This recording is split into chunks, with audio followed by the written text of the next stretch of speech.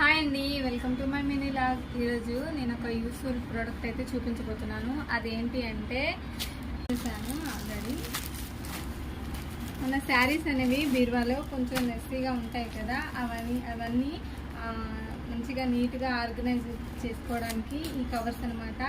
శారీస్ ఇందులో పెట్టి చూపిస్తాను. ఇప్పుడు మీకు జిప్ వస్తుంది అనమాట. చూడండి, జిప్ కూడా చాలా ఫ్లెక్సిబుల్గా ఉంది.